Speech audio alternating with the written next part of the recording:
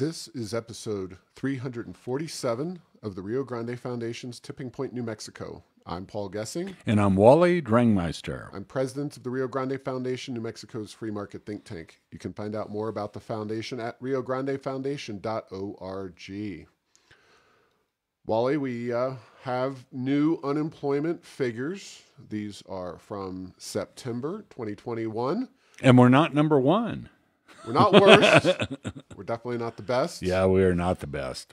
But we are not the worst, which was the case for a while. And, it's going to be hard as long as this governor maintains her philosophy about COVID-19 and restrictions in general, but overall economic policy for us to get out of the highest states in the country in terms of our unemployment rate.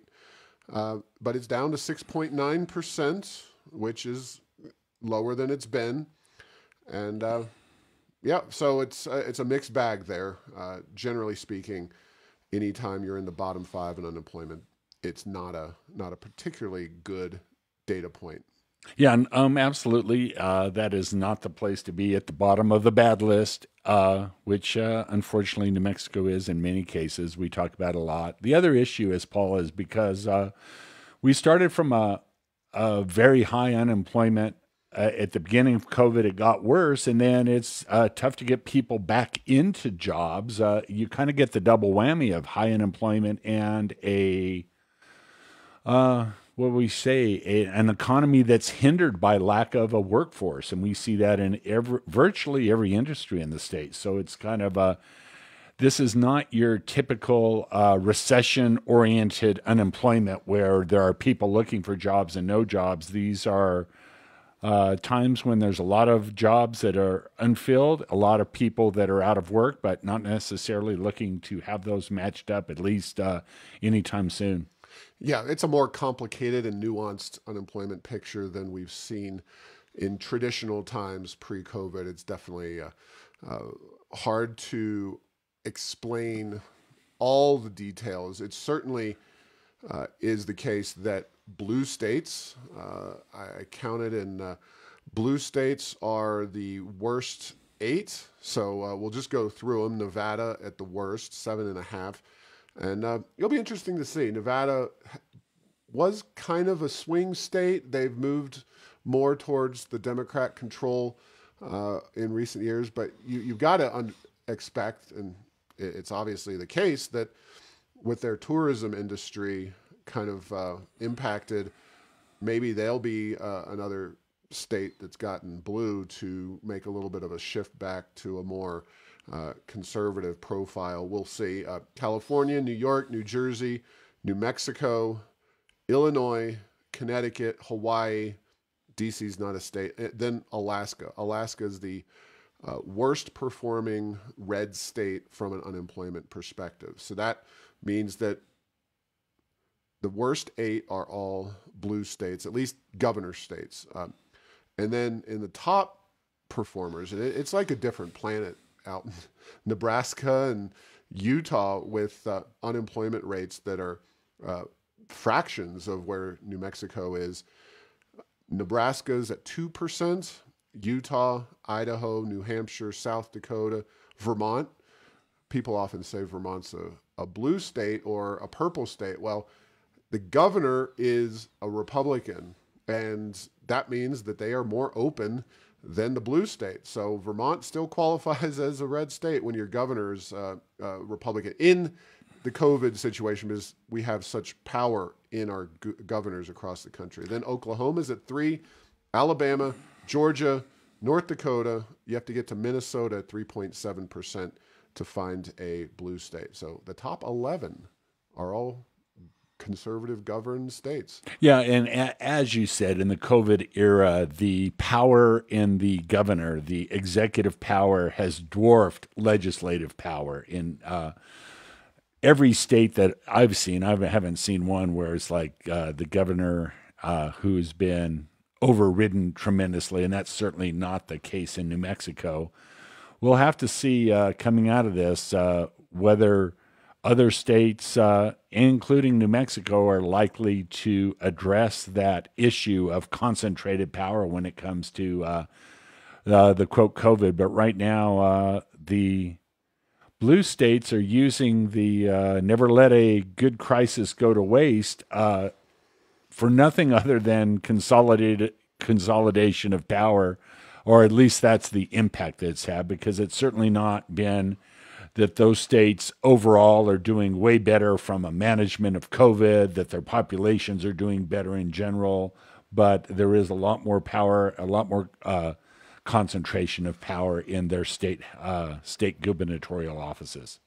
Yeah, I think we've seen, it's safe to say, if you're a blue state governor and you want to be shut down, you've generally had a pretty free hand. Wisconsin is one of the few states. Pennsylvania has also had some pushback from the courts. If you're a red state governor who wants to reopen, especially on masks, you've seen some pushback, more than a little pushback on that. But yeah, it really, in this case, elections definitely have consequences. I don't think you could have foreseen just how consequential electing Lujan Grisham would have been. In the alternative universe where somehow Steve Pierce got into office, I think he would have governed in a very different way. Love Steve Pierce, dislike Steve Pierce, or somewhere in between. I don't think there's any question that Governor Steve Pierce doesn't follow that particular track. But finally, on the unemployment issue, as we said, New Mexico's at 6.9, Arizona is at 5.7, Texas at 5.6, Colorado at 5.6, and then Oklahoma and Utah at 3 and 2.4 respectively. So as is the usual, New Mexico has an unemployment rate that is far in excess of our neighbors, including blue state Colorado, which I think Jared Polis has been maybe a blue state model in many ways. A lot of local control there, a lot of nuance when it comes to COVID-19 in Colorado. And that's led to, there's a reason Colorado cleans our clocks economically and socially on all manner of social measures, even though they are a blue state. I'll put Tabor, Taxpayer Bill of Rights, 1, but certainly the approach that their governor has chosen to take is a lot more, I think, respectful of individual rights and local control than we've seen here in New Mexico. Yeah, and I will call Colorado a spend what you catch or spend what you make state, whereas New Mexico is a spend what others give us state, whether it be the federal government, whether it be oil and gas from afar, disproportionately impacting the state government and the funding thereof, and as a result, business. It's one of those things. In New Mexico, in other states, business is seen as it is. Business and commerce is what funds government. But in New Mexico, there's always this kind of separation idea that somehow those two things are separate. And I think that is a lot of our strategic problem in terms of how the state's been managed for a long, long time. Yeah. And speaking of COVID, and we really haven't gone down this path, and I guess Vanity Fair hasn't been shoved down the memory hole by YouTube and Facebook, so I feel somewhat confident in going and talking about this. But that whole conspiracy, remember that, Wally, about the lab leak in Wuhan and the fact that this research into what they call gain of function that Dr. Rand Paul, well, he's a doctor, had taken on Dr. Fauci on, whether that was a real issue or not. It is now reported, and I don't know how Vanity Fair scooped everybody, but and it's not, if you've been following this and you aren't completely a sycophant for the powers that be, the headline is, in major shift, NIH, National Institutes of Health, federal agency, admits funding risky virus research in Wuhan. So, whether the lab leaked on purpose or in accident, the COVID-19 virus, it definitely seems that Wuhan, which is where this whole thing got kicked off, that there was there was research going on that was funded by the U.S. government, and that they were using those dollars to increase the potency of these bat-related viruses. Now, whether that is what leaked out and created this whole situation is ambiguous. There's no proof yet, but it certainly seems like it's plausible to say that the United States funded through the Chinese government in this lab the research that set in motion this entire pandemic. Now, that is not proven, but it is open to very serious question, and this story moves us a very significant step towards that kind of claim. Yeah, and it is. It's always been a disturbing claim, and Paul, big surprise here. We're not virologists, but gain of function research. I think. What would you say? I have my own idea, but I think the common sense term for that is weaponization. Bioweaponization is there. If it's not the same thing, they're related, and that's a very disturbing thing for the federal government to be funding in any way, shape, or form. But you would think even if you were felt compelled for whatever reason to do that, would you want to do that with the Chinese being in control? It's right. That's kind of mind-boggling. Yeah, whether this whole gain of function idea, this research should be done in the first place, I think is an open question. The idea that you would do this in conjunction with the Chinese government is really hard for any rational person to wrap their head around, and it's something that hopefully we've learned our lesson. But boy, what a debacle! And who knows? It's tough to lay all of the blame for the pandemic at the feet of this. It's certainly something that could have happened regardless, and maybe it wasn't actually that leak that a leak that caused it, and it wasn't this funding, etc. But boy, very troubling charges, and it just shows, again, the media not really. If the U.S. government had killed, we just passed the threshold of 5,000 New Mexicans.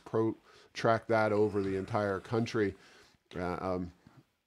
It would be running around with its hair on fire, but not much attention from the media, and partially because they tried to poo-poo that line of questioning from the outset. They called Rand Paul all kinds of mean names, and how dare you question the great Dr. Fauci. The great and powerful. Yes. Yeah, well, he is a lot like the Wizard of Oz in many respects. If you haven't seen the movie by now, I don't know what to tell you. Yeah, it's like... But another story is that the Biden administration is leveraging COVID Rescue Act dollars to keep masks in place in schools. This story was reported by Fox News. And, Wally, COVID in general is a big topic, but personally, with 3 children in school, all forced to mask without scientific justification, the Biden administration, according to this Fox News story, is, quote, bypassing state and local education agencies by offering taxpayer money to guarantee compliance with universal masking through 2023. This despite, of course, many parents having expressed deep concern about the masking policy and keeping children in masks in school for 6, 7, 8 hours a day. Yeah, these the mask, boy, you might call me naive. I still have a hope out there that there's some science behind this, that this isn't all just this giant political ploy, but it's not looking good when it comes to masking. And, I was thinking about this, Paul, and maybe this is related to the cancel culture and the power of the tech media to stifle debate. But I remember a time when questions were important, and I think the questions are more important than ever, particularly since merely asking certain questions can get your voice silenced out there. And so there are big issues out there regarding masks and their effectiveness, as well as the impact it has on different groups. Without question, I know they're uncomfortable. At a minimum, Paul, I had to wear a mask yesterday for 6 hours, which is basically more than I wear a mask, in weeks and weeks and weeks. And I don't feel good at the end of it. So again, just asking the question, if that's a bad question, I apologize. Hopefully the NSA won't cut our feed because we're merely asking the question. But you can do studies on things like these, and you can address them head on. But to just say, no, that's settled science, that's done. We're seeing that more and more and more. Is that if something is the truth, and if something is clearly the truth, why can't it handle scrutiny, and why can't it handle questions? And this is a real big one out there in the United States today. Yeah, and I agree 100%. Wearing masks for a short period of time is annoying, but it is not at all. It is not in the same ballpark as being forced to wear them for hours and hours at a time, and it's definitely something that we don't like as parents. I'm pretty passionate about this one, and just as an add-on to that story, of course, vaccines are on the way for 5 to 11-year-old children, but CDC Director Rachel Walensky said that regardless of the vaccinated status of increasing numbers of children, she would continue to her agency would require masks in classrooms to the greatest extent possible. Of course, ultimately the CDC doesn't call the shots, and there are school districts out there across the country that have pushed back, including right here in New Mexico. And hopefully after this next election, more of them will join the pushback. But Walensky's basically saying that it doesn't matter if you get your kid vaccinated, they're still not getting out of that mask in the public school. And just makes me want to pull what's left of my hair out and scream running around, because it drives me nuts. So we will leave COVID policy there for the meantime and move on to our other favorite subject. Of course, I'm talking energy. And as we have talked about it regularly on this program, and I've written about extensively, Senator Martin Heinrich is one of the leaders, quote unquote, of the effort to end natural gas appliances, heaters, stoves, hot water heaters, even for doing laundry, dryers. He wants to end natural gas in the home, and he mostly cares about his view of the environment, which, whether that's right or wrong, that is his perspective. Now, where things get dicey is he has used studies that claim that natural gas stoves in particular have caused problems with indoor air pollution. And a new study from Catalyst Environmental Solutions contends that previous analyses, including those relied on by Heinrich, inflated the risk of using gas stoves and other appliances through incorrect and misleading comparisons of emissions and current indoor pollution standards. The report, this is the new report, pointing out flaws in the Heinrich-approved UCLA report, said that there were several significant flaws that undermine its use in decision-making on the topic of health effects of natural gas stoves and ovens. You can read more about this at Errors of Enchantment. I have links to the new study and a lot of information relating to natural gas in the homes. But we know that Martin Heinrich doesn't really care about the air quality of your home. He cares about his green agenda, quote unquote, green agenda. Yeah. And, it's one of those things, Paul, if you start from the premise that wind and solar and these future batteries can do everything and should do everything, and the quicker the better with no downside. You will have second and tertiary kind of decisions that you make that if it's based off an incorrect premise and assumption will end up looking very, very bad. And this is potentially one of those. The other thing that it struck me about the indoor air quality is, Paul, it can be as simple as saying, okay, here's an electric oven, and we know electric ovens don't emit anything, so we don't even need to study that. Mm-hmm.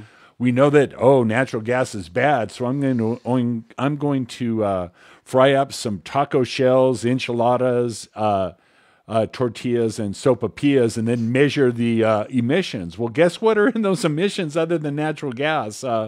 There's grease, you know what I mean? And so you've got to be fair about this. And you also, again, have to start from a good premise. And I'm not sure that a lot of these green initiatives start from a realistic premise. And what happens is fraud, waste, abuse, high cost, more poverty, and not necessarily reducing emissions, which initially started out as the goal of the green movement, but it seems like it's morphed into something else that has a lot more politicians, a lot more marketing people, and a lot less scientists really working on it. Although it's the science, Paul. We know it's the science. It is always the science, Wally. Speaking of science, our governor announced during her recent global warming or climate change conference held at the Roundhouse, no less.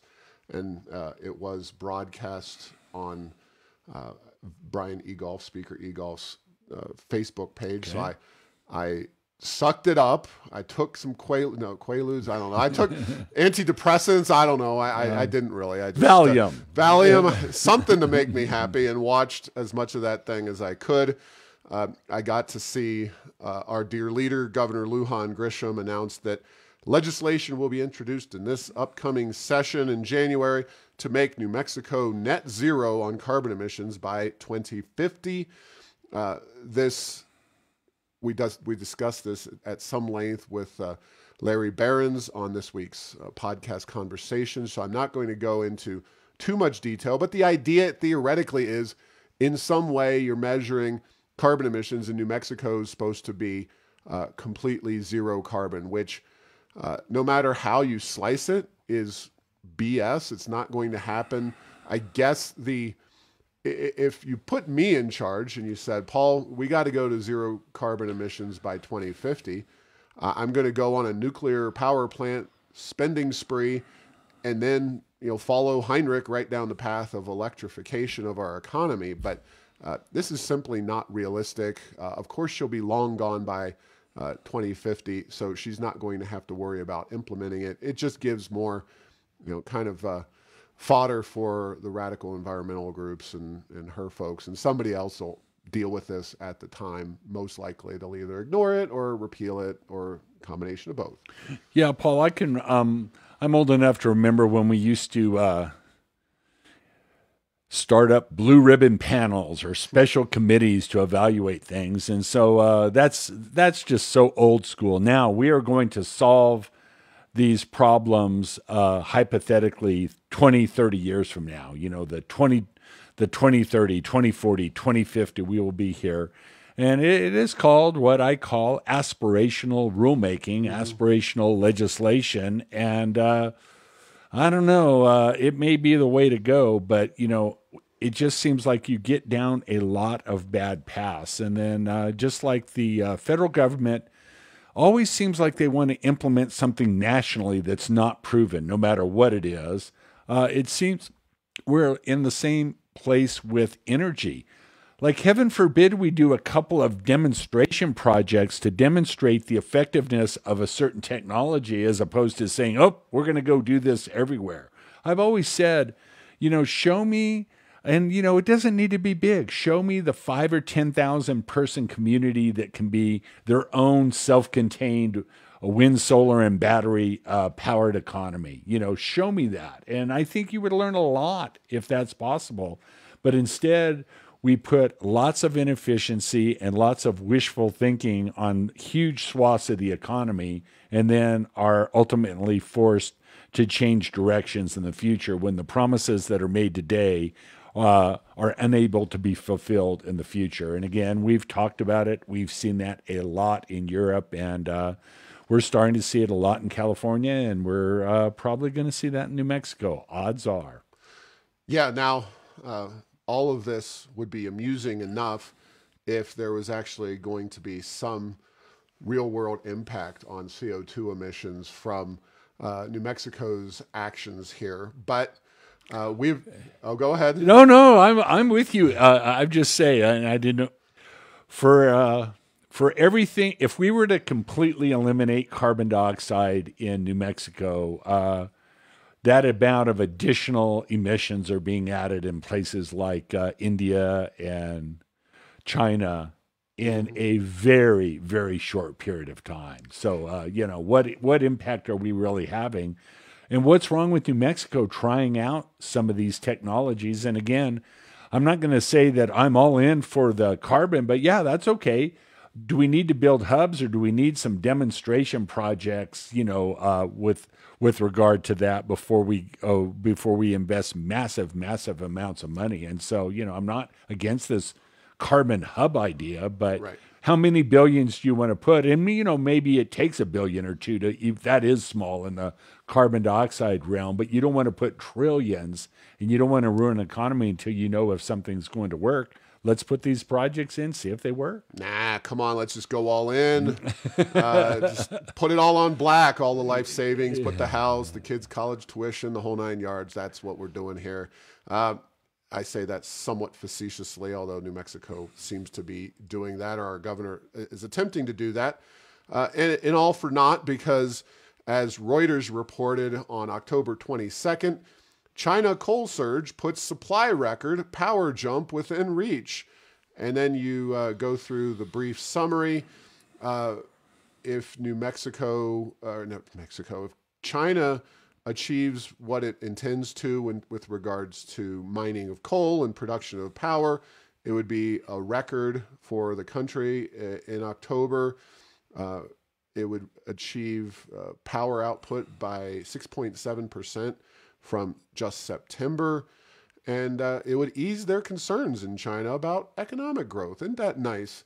So, I want Chinese to be happy in their homes and have steady electrical power and be a prosperous nation. But with on the order of 1.4, 1.5 billion Chinamen over there, strikes me as a little much that the United States, that our governor here is trying to go into this zero carbon realm, which is pretty much unreasonable, unsustainable. And China is happily there digging more coal and building more coal-fired power plants, and they're going to keep their lights on and their economy growing. Just very different philosophies. And I think China, while I want to go green, I want to go nuclear, maybe some, keep natural gas going for a lot of purposes as well. Certainly as a transition fuel until we get all those glorious nuclear power plants online.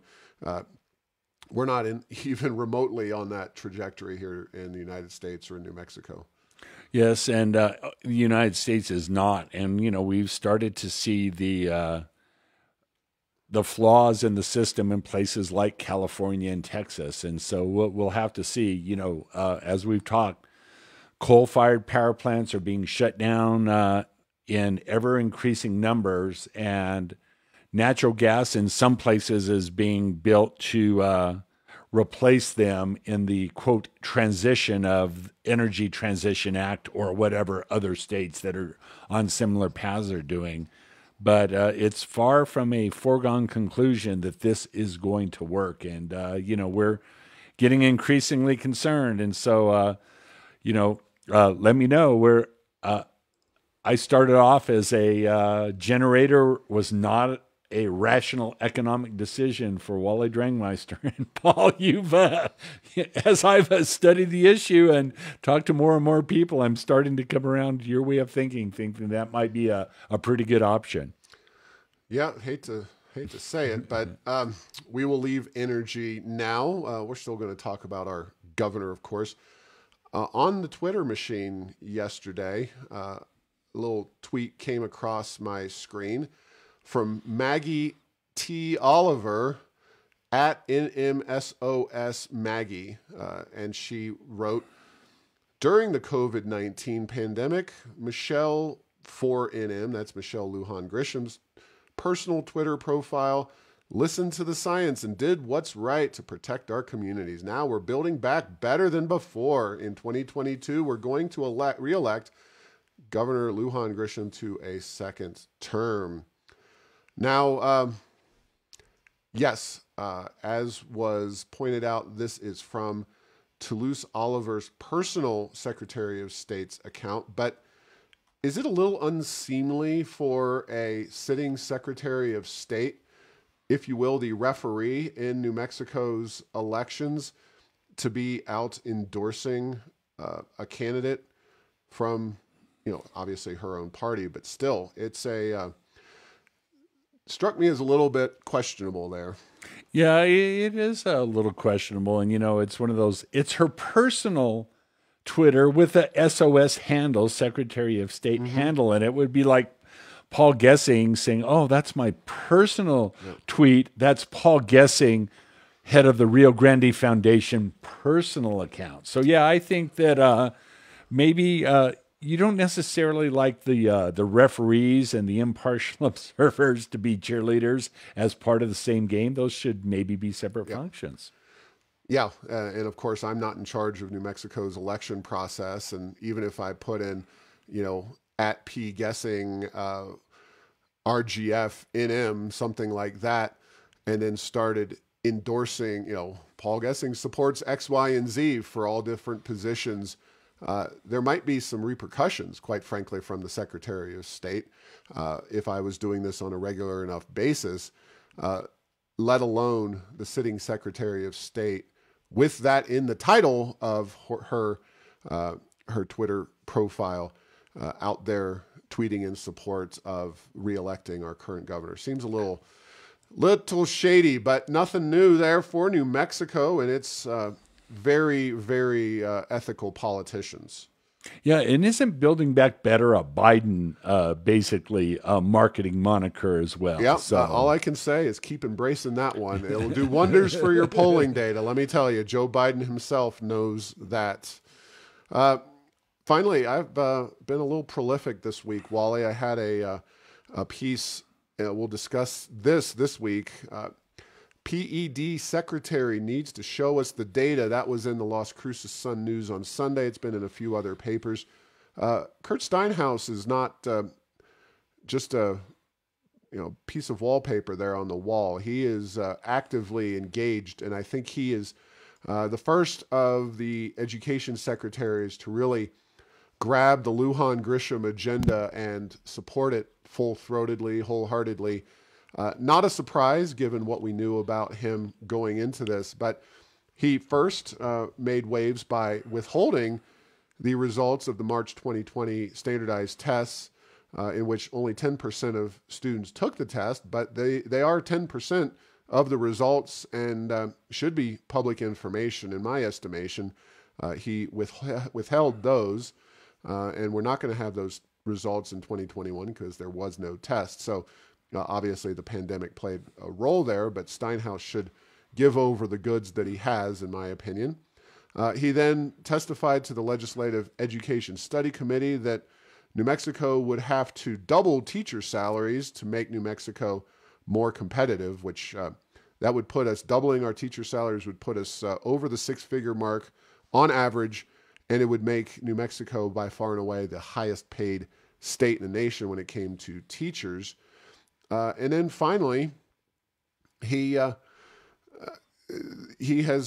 carried the ball forward, so to speak, on the new social studies curriculum, which definitely dabbles in critical race theory, also micromanages what teachers have to teach in New Mexico classrooms. Comments, again, are being collected right now. You can go to riograndefoundation.org/CRT, see what we've said, see our critique of those standards, and respond. But Steinhaus is a good little foot soldier apparently for the governor, and he is inclined to push to take a term fast and furious. He's speedily and furiously embracing Lujan Grisham's education agenda, much to the negative in my estimation. So, Paul, have those educational testing results are there IPRA requests in there to get those out, or has it gone to that we level have yet? not requested it yet. He said he would not be releasing them. The Albuquerque Journal editorialized in support of releasing them. I'm sure we could put in a records request for ourselves and try to do that work, but we have not yet. I think it may be in the offing just to make sure that we do attempt that getting that information. Yeah. No, it's very interesting. I have a feeling, and I've said this, and that's why you need the data, is so you don't have opinions. Is that I have a feeling that the limited results that are out there are very unflattering, is why they want to keep them secret. But again, release results, and what they are is what they are. Yeah. Yeah, I would not expect that if they were particularly auspicious that he would be as cautious or as unwilling to let them go. But let's see. We just hit an anniversary here in New Mexico. Not you and the missus. Actually, we did have, my wife and I did have our anniversary. We're very close to the Spaceport. My wife and I, we got married on October the 20th. Of several years ago, but October the 18th of 2011 was the grand opening of our Spaceport America right here in good old New Mexico, USA. That means that facility has been open for a decade, and if Branson is correct, Richard Branson, we will supposedly have manned space tourism launches in the fourth quarter of next year, so that would put us at 11 plus years. We'll see. He's promised those kinds of things before. But Wally, we're a decade into the Spaceport being an open facility, and yet have still not had a manned space tourism flight out of the facility. It's quite a milestone. Yes. Yeah.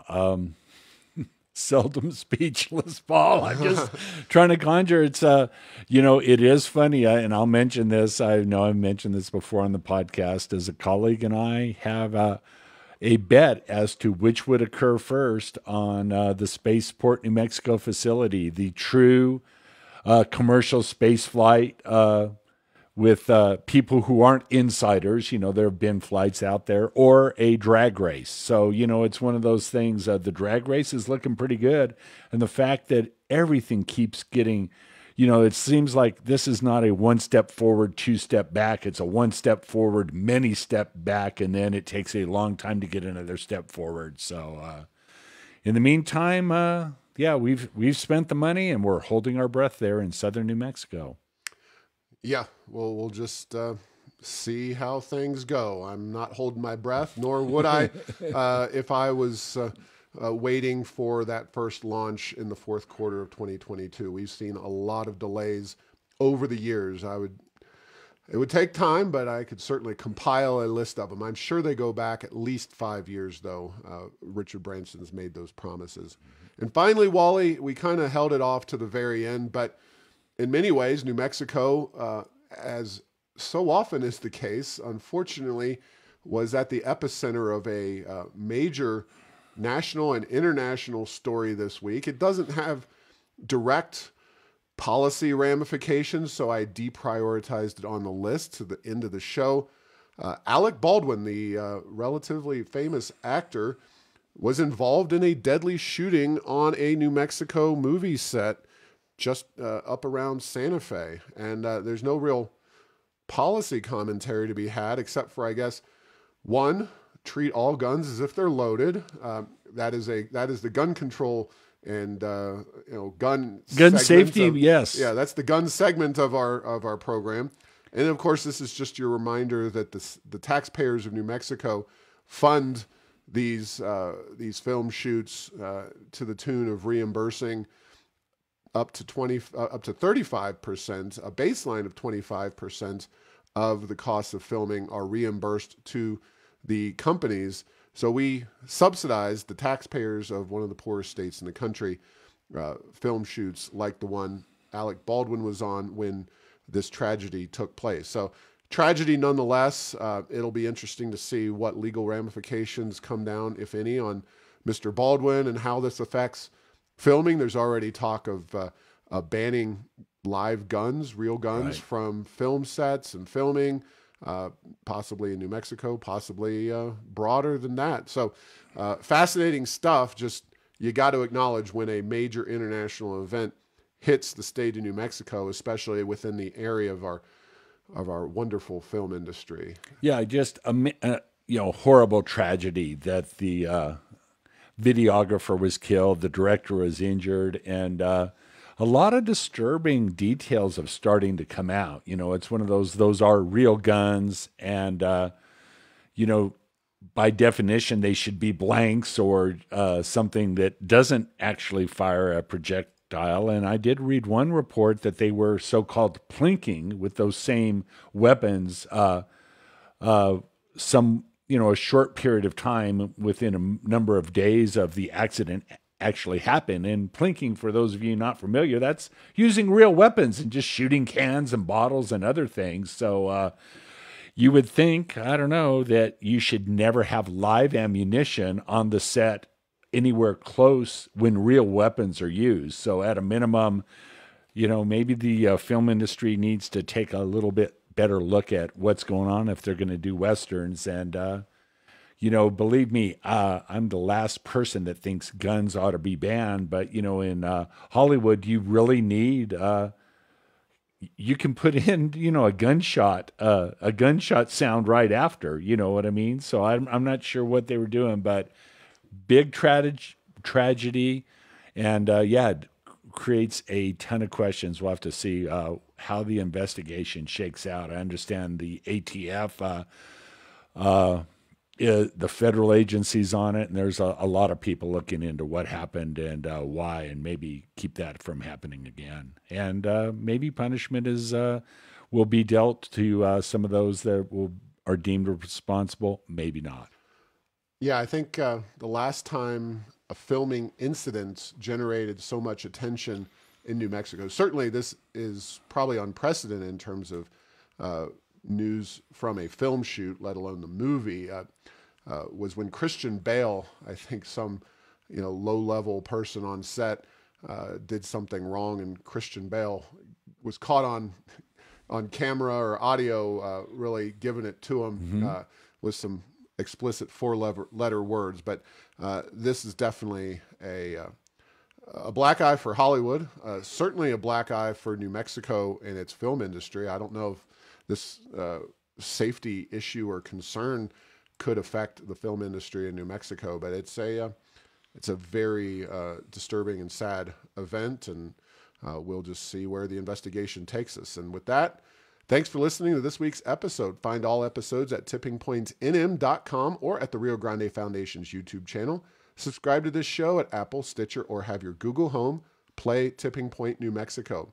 Thanks to Path 3 Marketing for producing this show.